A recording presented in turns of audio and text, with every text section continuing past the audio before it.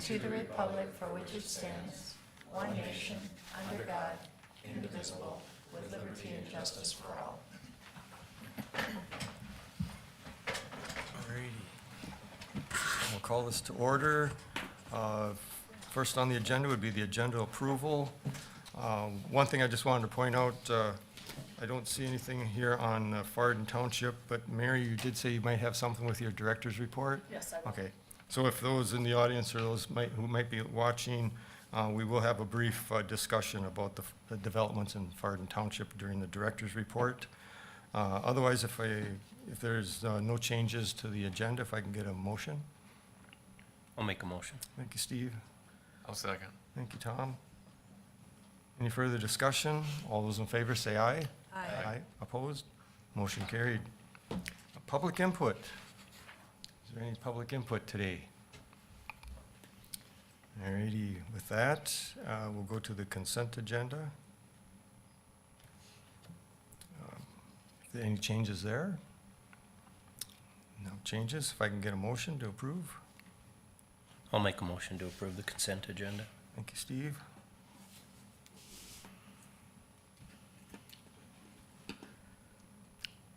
I guess I'll second it so we can move the meeting along. Any further discussion? All those in favor say aye. Aye. Opposed? Alrighty. Looks like the first on the agenda is old business. We have Dewey and his wife here to talk about the follow-up on the Pearl Street property.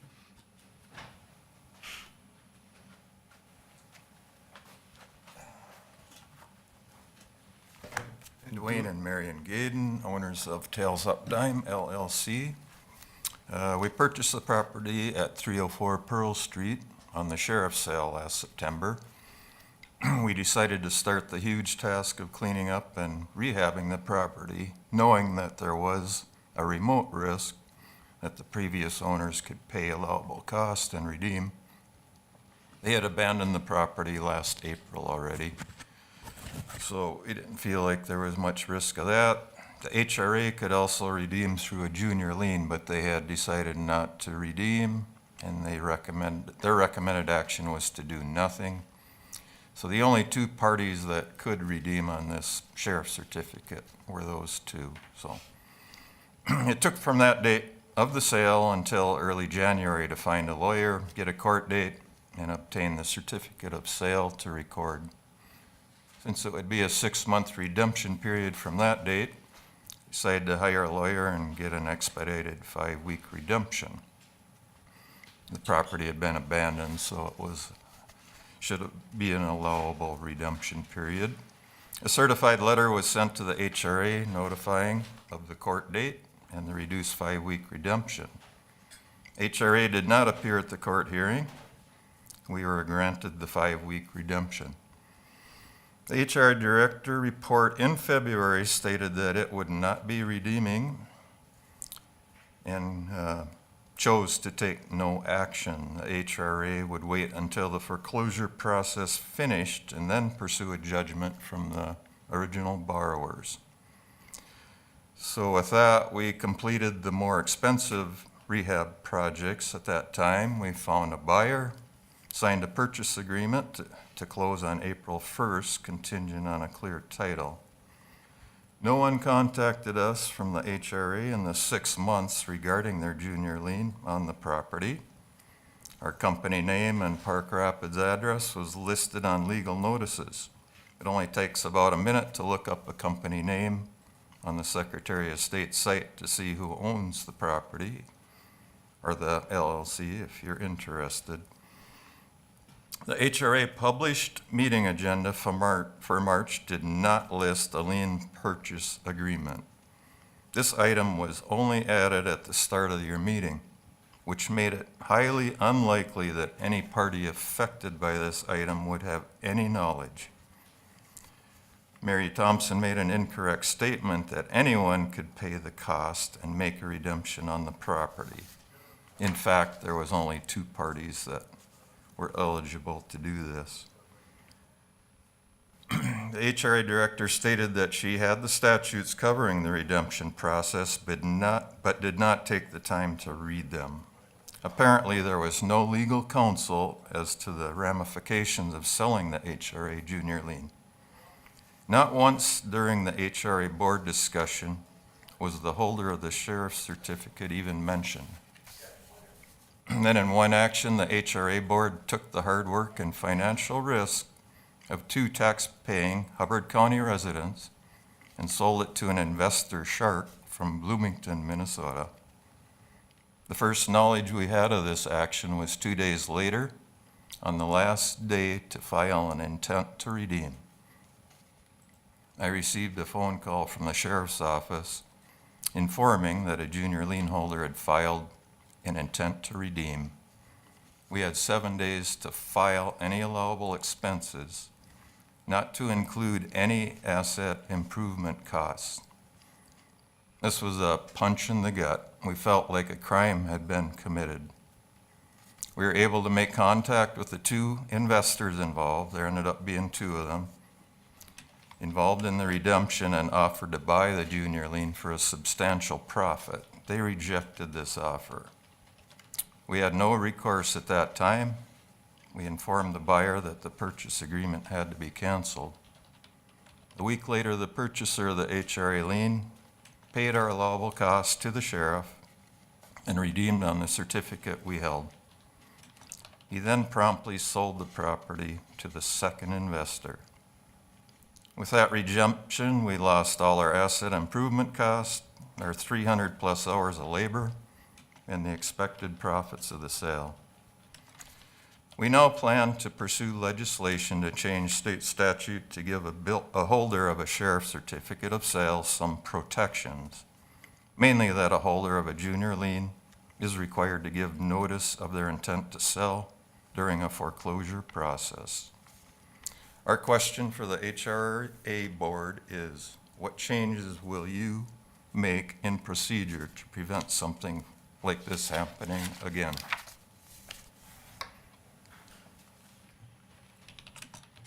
Thank you, Dewey. Obviously, we've talked about this, and I feel terrible about it. I know I've lost some sleep, and I'm sure that you and your wife and others may have too.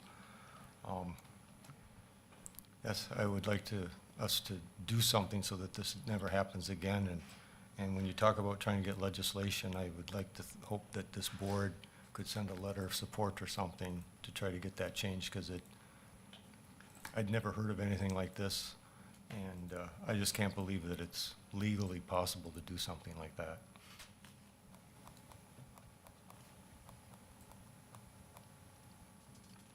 I don't know if any of the other board members want to make any comment, but. Yeah, I concur with your comments, Ted. I'm sick about it too. I think had we all known that that company was you, things would have been done differently, and I think there will be some policy changes here to make sure we properly vet these things prior to, so that even if you can't win on the legislative front, I think you can be assured that the HRA will change its policies on how it handles these things. I would agree with both Ted and Dave, and we've talked several times on the phone, Dewey. To me, this is a prime example of why I don't like last-minute items added to anything. It shouldn't be done. I'm gonna do everything I can. If it even takes no votes, I'm gonna vote no.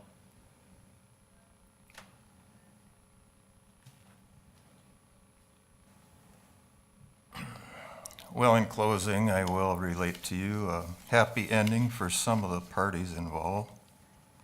We were able to negotiate an agreement with these investors whereby they actually agreed to sell to the buyers we had for the price that we had established. They signed the closing yesterday. And of course, the investors are pretty happy. In less than a month's time, they were able to swoop in and take our asset improvements and our labor and all our profits. As for us, as part of the agreement, we are supposed to receive a nominal finder's fee for supplying the buyers, so we're hoping to see a little payment here shortly, but that's the best we could do, so, thank you. And Dewey, I know it's not going to help you financially at all, but I truly am sorry that this happened.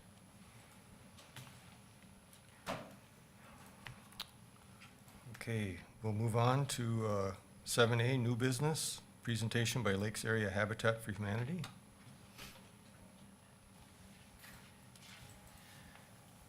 Well, good morning.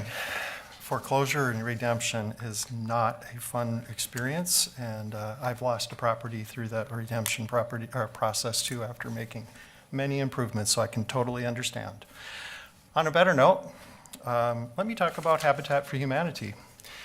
I'm going to just make a baseline assumption that you don't know the whole story, so let me give you the whole story. Habitat for Humanity started in 1976, and it has become the third largest producer of homes in the world since. We are embedded in 70 countries, producing housing for families in need across the globe. Locally, Lakes Area Habitat for Humanity started in 1990. We cover a footprint of Crow Wing, Cass, Hubbard, and Wadena counties. We have completed 133 homes in that time. There are 8 houses currently under construction. We have 2 in Baxter, 4 in Cass Lake, a foundation ready for framing in Pillager, and a foundation ready for framing right here in Park Rapids. What have we done over time locally?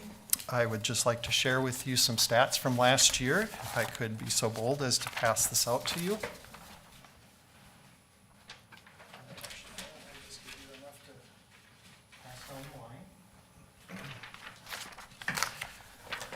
Our core program is building homes serving families in need. On occasion, we have dabbled with what we call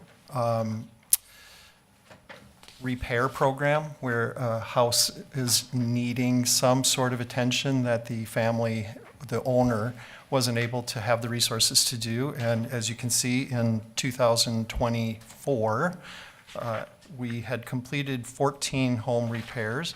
It's not a program that we really enjoy doing as much as the home building. It's a harder program to sustain, even though there is a huge need out there. If I open the door to say that's what we're going to do, that's all we would probably do, because there is so much need for that service. There's some interesting statistics in there. And broadly speaking, roughly half of Lakes Area Habitat residents, meaning the 4 counties, pay more than 30% of their income on housing.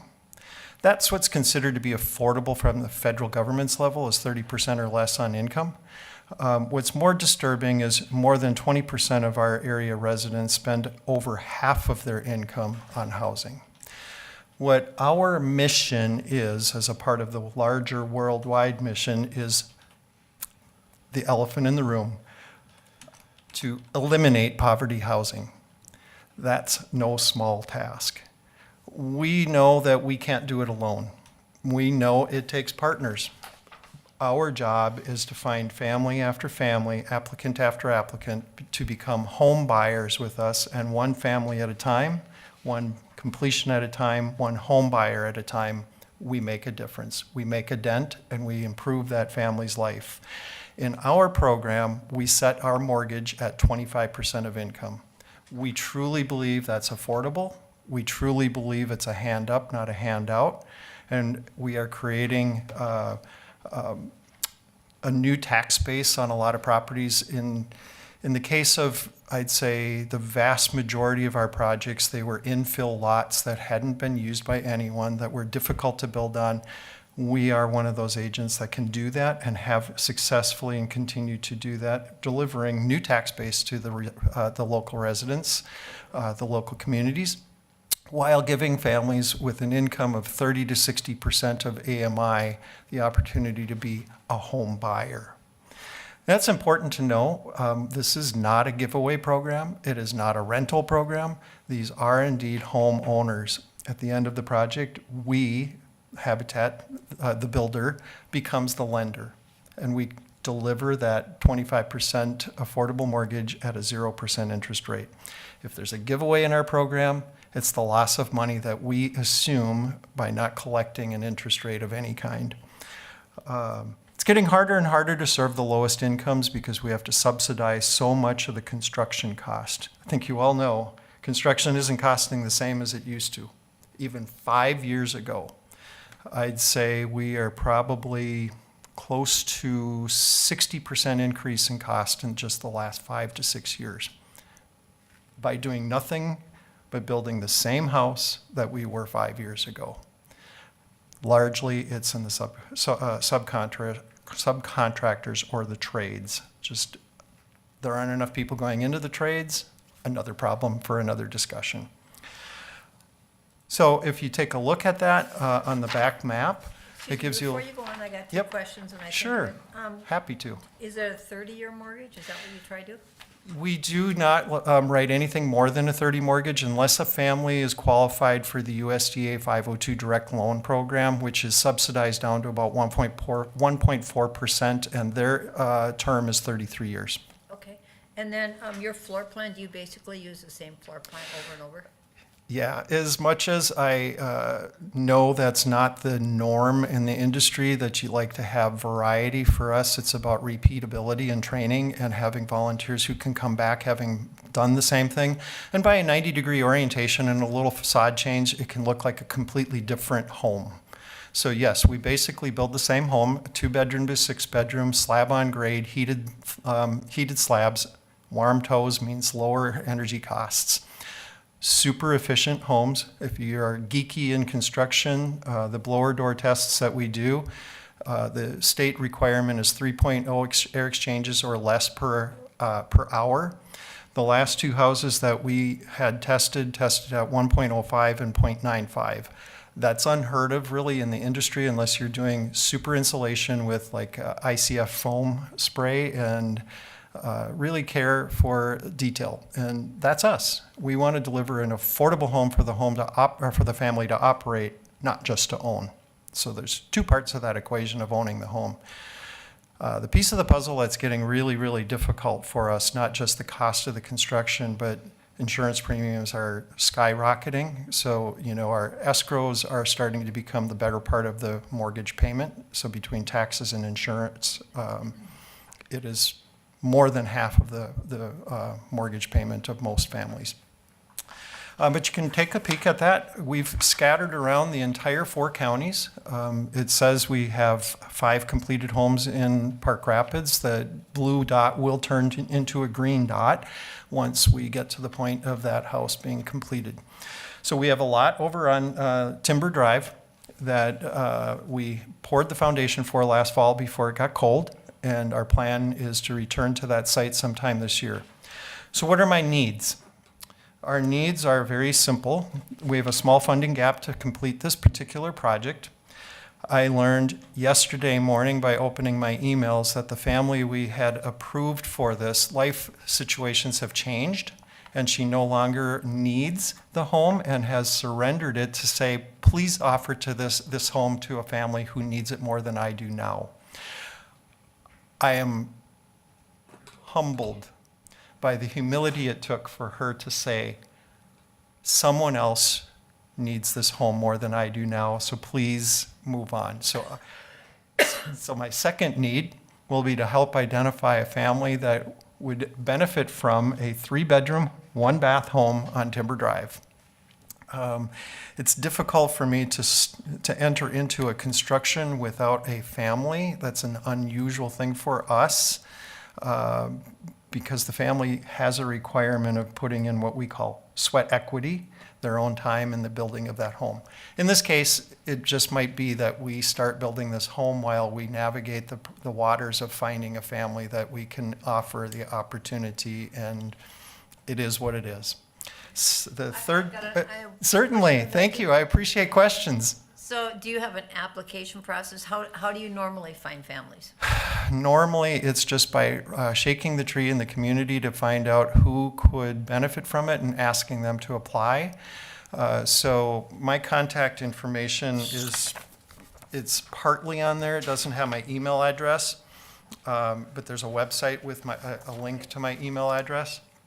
And it would just be as simple as saying, if you know someone that might benefit from this, have them reach out to me directly, and I'd be happy to show them the process for applying. So there is a process, a screening mechanism.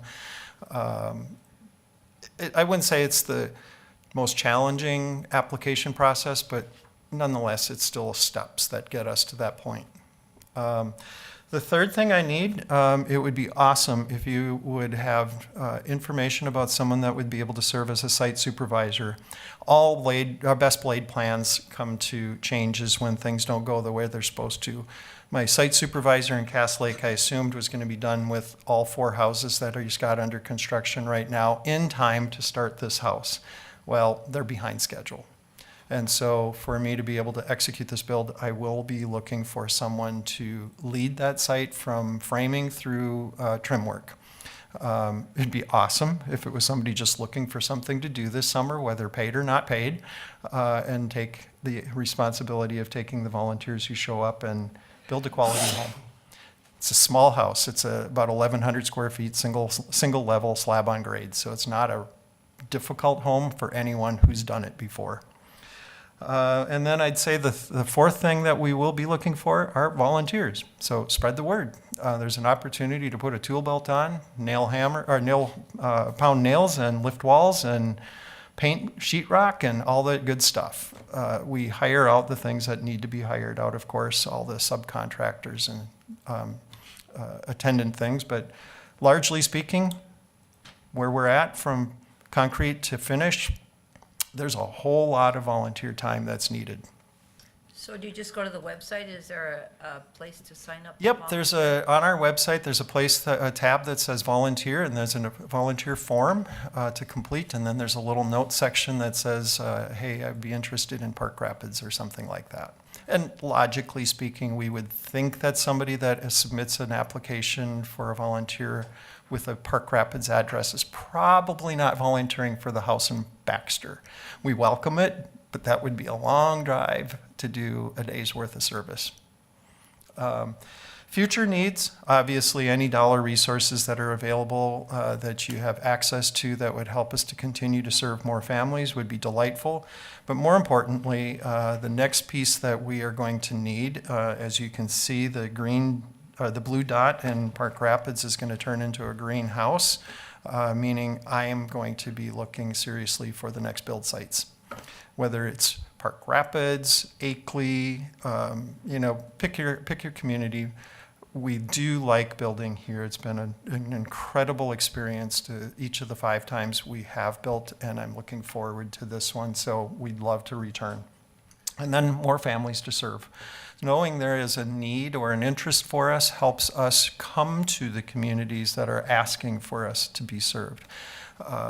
Just met with the community leaders in Reamer last week, and they have identified a need for an affordable housing unit of however many to be delivered in their home, just like their community, just like in Cass Lake. That's a housing crisis community, by the way, and we are just a small piece of the puzzle, but it's an important piece.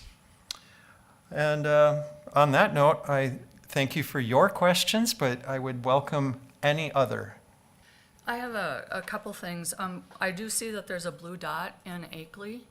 You have where is the status on that? So that's a map that needs to be updated. We had acquired a piece of property in Akeley that needed a trailer home to be removed. We did that, and over the course of time, the next door neighbor was asking more strongly year after year for us to sell the piece of property to him for his improvements that he wanted to make to his lot or his home, and our acquisition was preventing that. So we conceded, and it came to an agreement and sold him the neighboring property. So that's actually not true. We do not have a piece of property in Akeley. And the home, do you have per person standards? for Yeah, the that's a good application? question, Mary. So our basic philosophy is simple math. Adults of the home deserve a bedroom. Let's assume it's a couple, or if it's a single person, or if it's 3 adults, then it's 2 bedrooms, that type of thing. Whatever the adult structure is, we accommodate the need. And then we think that it's appropriate for 2 children per bedroom as long as they're same gender and there isn't some extenuating circumstance like significant age gap or some challenging need of an individual child. So it's simple math, and you know, what we build is not what the industry's building. An 1,100 square foot, 3-bedroom home is far from the standard. 2024 data said the average house built in the United States was 2,600 square feet with an average occupancy of that home of 2.1 people. So we build an 1,100 square foot, 3-bedroom home and can say, we think it's appropriate for 6 people to live in that house. And then we are, in Park Rapids in particular, there is a group that is amazing that's called Hard Hat Ministries. Yep, I've read the stuff in the paper from them. So there might be a way of crafting a unique partnership for the construction of the home here in this particular case, that Brian Long is the leader of that organization. They might be able to partner in some way. Would you be willing to email me his Yes, contact info, absolutely. Mary? Mhm. Thank you. Yeah, absolutely.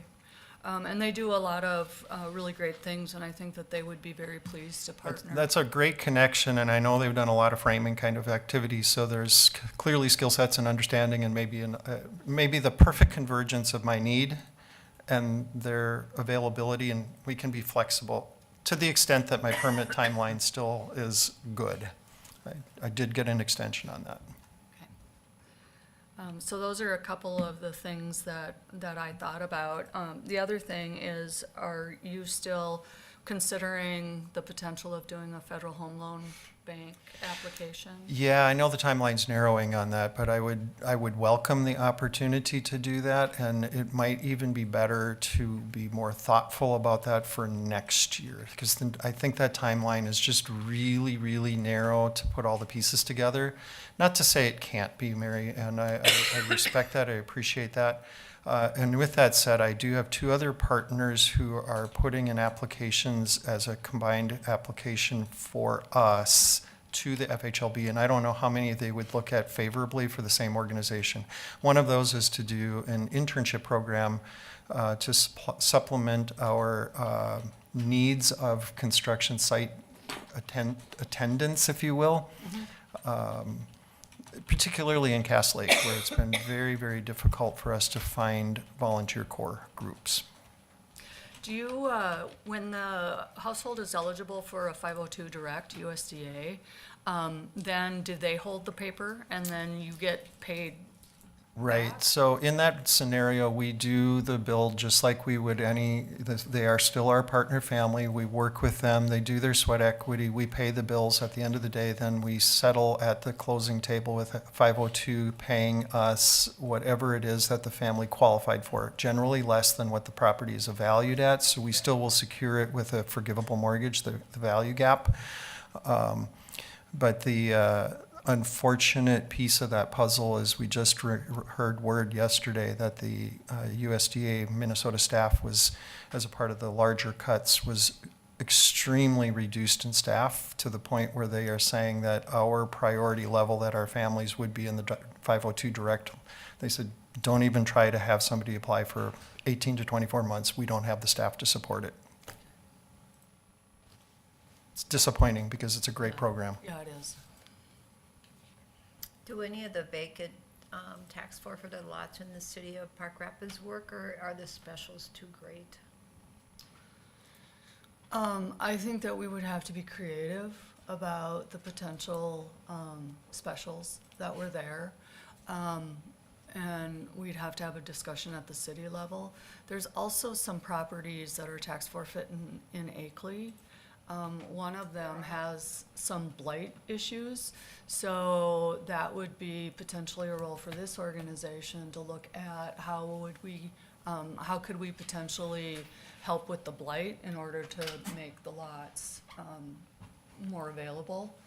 But I'm aware of 2 in Akeley that we could look at, and then there's So 3 along in that, Park Rapids. along the line for Akeley then, because I know sometimes Hubbard County cleans them up, do they not qualify? I don't think anybody's really taken the time to think through a process. I don't want to put words or ideas in anyone's head, but there is a potential that Akeley could look at a small cities program. They have to do some water improvements, and so they might look at a small cities grant application. In that, there would be some potential that they might be able to get some funding for the demolition if the back end has the appropriate households that would come in, the low and moderate or very low income households. So it could be a really interesting and really competitive application if we would look at partnering with Habitat and our organization in the city to do a small cities application that might be able to help with some of those costs. So there is precedent for that. We've done that with the city of Brainerd, and we acquired probably up to 6 or 7 properties that needed to be demolished, and through the Small Cities Grant, they were able to demolish. They then offered those lots to Habitat for $500 apiece, which was incredible. We did infill build, remove blight. It's one thing to take a family out of a place that's dilapidated and move them into a beautiful new home. But that means someone else is probably going to move right back into that place, creating another potential applicant. We loved those opportunities to remove the homes and create new housing stock. And on the note of tax forfeiture, we also have worked with the city of Baxter through a TIF district to acquire properties, and the TIF then paid for the assessments. So just for your information, I don't know if you're aware of it, Mojave Ottawa Yep. and Liz, so she has a whole family program, and so this might be, they might have someone that would be a good candidate, because she goes through, taking a person from homeless, and then they follow them through for 5 years, including then understanding how to budget. I just talked to Liz 2 weeks ago, but it was before this family announced that they no longer needed the home. But I love the fact that she's trying to change the whole family unit long-term with mentoring all along the way. And so changes are actually made to give them then the ability to succeed. Yeah, it's a falsity to say that just by giving people keys to a home that life has changed, because you need to still address some, Yep. challenging issues sometimes. I was grateful to hear that you still require the sweat equity part, because at least there'll be a little pride of ownership there. There's something really unique about what we do in making that a part of the program, because I've had many families tell us how much confidence they had in being able to maintain their home because we required that of them, and understanding what it took to build a home. Not every family is going to be quite as engaged as the next or embrace that learning opportunity, but when they do, it's pretty cool.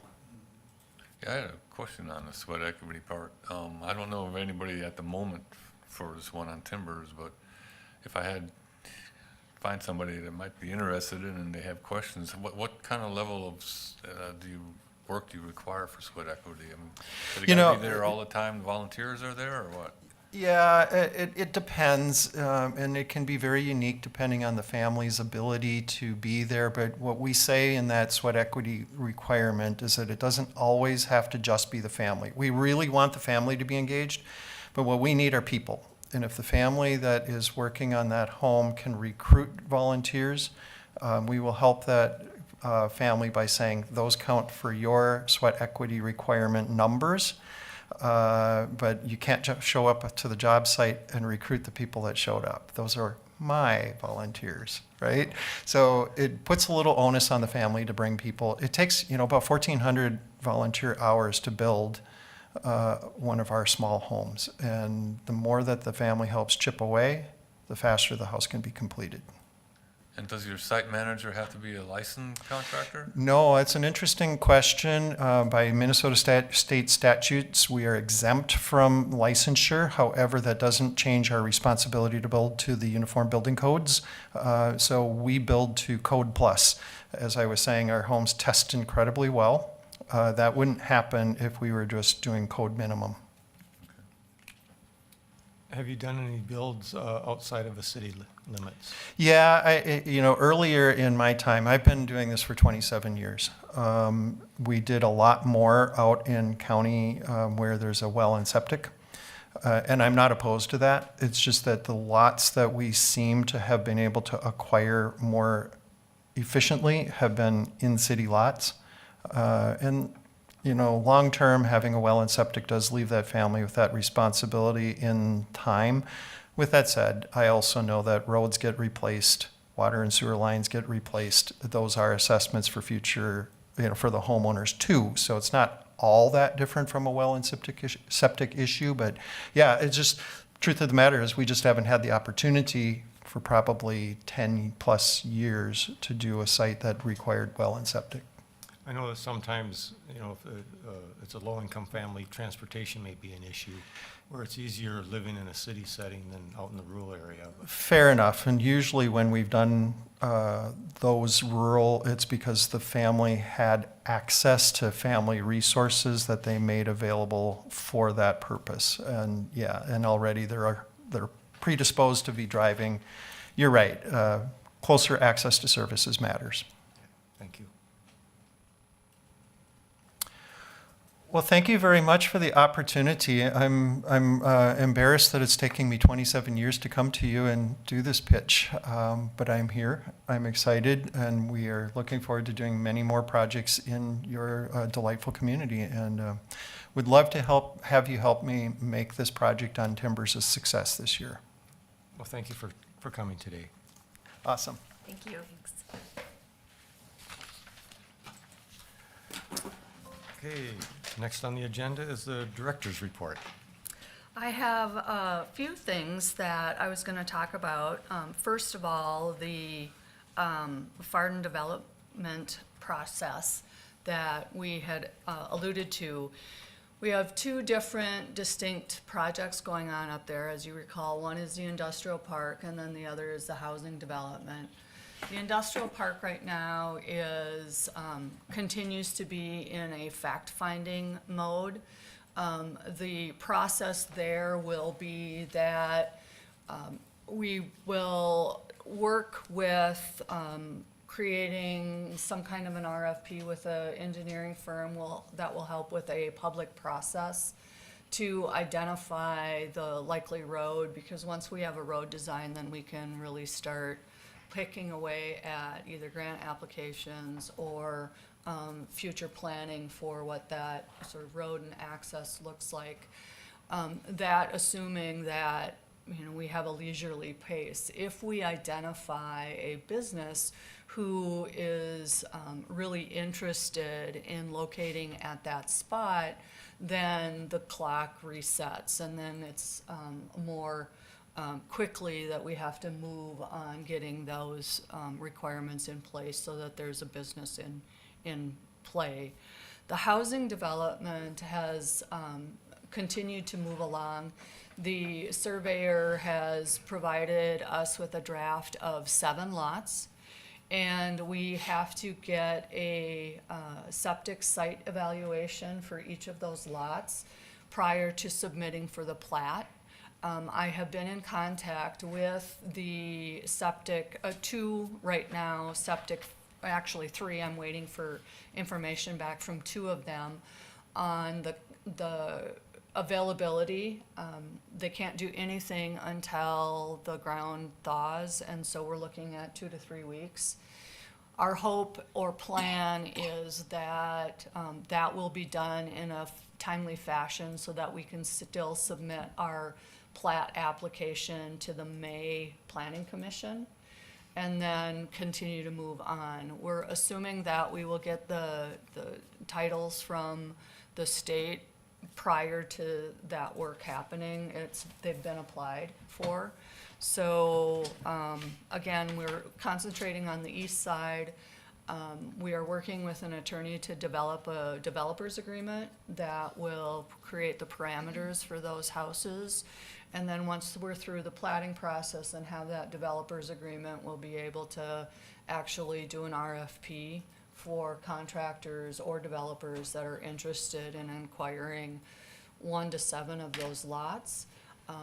We have had at least initial discussions about potentially doing the RFP for the west side of the road as one total parcel. And then if we don't get any takers, then we could move down the plotting process for that one as well.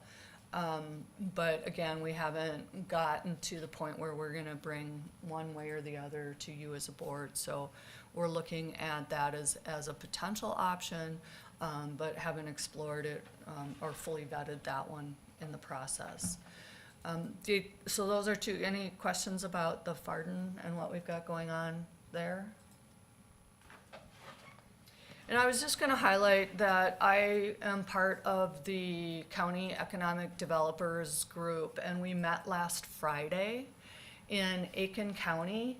And I have some materials that I don't know where they're at right now, but had provided. There's two things that I find somewhat interesting about that county is, number one, it's relatively similar in size to Hubbard County, and they have a lot of sort of that tourism potential. And what I'm passing around is two marketing materials that they've created for themselves. First of all, they've branded their county. So Aiken County is naturally better. That's what they use. And that might be a conversation that we would want to have is we have some strategic planning, but we don't really have a brand. And as we're thinking about competing statewide and nationally for potential people to come and play and work here, would it be advantageous for us to think about a branding process? And I'm not sure if that's something that we as the HRA starts, or if that's something that Jeff really takes with the county board start. But I think that what I'm really doing is planting the seed about that. As I do my work when it comes to attracting those potential businesses or helping businesses expand, and then the marketing materials that they've created really do, again, talk about that naturally better, but then really do establish what are the things that make that particular county really a great place. And I think that from my perspective, we're better off in a lot of those things, and we really should be broadcasting how great it is, and be thinking over this next year of what that might look like and how we might be able to create some pieces and some alignment that really does speak to our brand. And our ability, especially now as we're looking at the development of a potential industrial park, what are those things that we can do to attract businesses for that location, and then more broadly around the rest of the county. So I just wanted to highlight that, and I think that material is very well done. Their economic development coordinator is a past marketing person from a big corporation that they got over to his job, but it's really well done material, and I think that sometimes copying is not always a bad thing to do. So those are the only things I wanted to highlight in particular. So The Naturally Better, or Aiken County there, saw that presentation last year at the Mississippi Headwaters Board. And I believe they were talking about partnering. The Mississippi Headwaters Board has a social media presence, Minnesota Traditions, and I'm not sure where the process, where we are at there, but they were talking about partnering with us so that they could have some of our followers then following them. And I've always been wanting to promote Hubbard County, and so I like this idea. And like you say, how do we brand it? Because we're a lot of different things. You know, I've talked about the south part of the county, the middle part of the county, and then the northern part. And we can all work together and hopefully come up with something good. And I think so, you know, there was a effort that was done a few years back that created the Heartland Lakes area. Well, that really does exclude portions of the county and doesn't make it all one. And so I think that there's some additional work that we need to do, either to expand that brand or consider an alternative that still feeds into that brand, but then is more descriptive of the county as a whole. The other thing that Aiken County has been doing, which I found somewhat interesting, and this is not from the HRA perspective, but interesting nonetheless, they are doing what they're calling Coffee with the County. And they're interviewing by podcast each of the department heads, and then they're doing information about, you know, this is how you have to go and renew your driver's license, and this is where you go. And so conversations that are available on their website all the time. So if you have a question about something, potentially you could find it on the website and then know exactly what process you need to do and who you need to see as you're going through that. Once they get through all of their department heads, they're gonna start using that as a marketing tool as well to talk about economic development and some of those kinds of things. So again, using technology to disseminate information that could be timely and just interesting for the constituents in the county and even potential new residents. So again, I think that they're a little bit ahead of the game when it comes to some of this marketing stuff. We don't necessarily want to be following, but I think that there's some lessons that we can learn as we think through what does economic development look like over the next 5 to 10 years in this community as a county, and what are the things that we can do to benefit our entire county through some of the marketing efforts that we might engage in, so. We could go off of theirs and say that we are naturally even better. The original.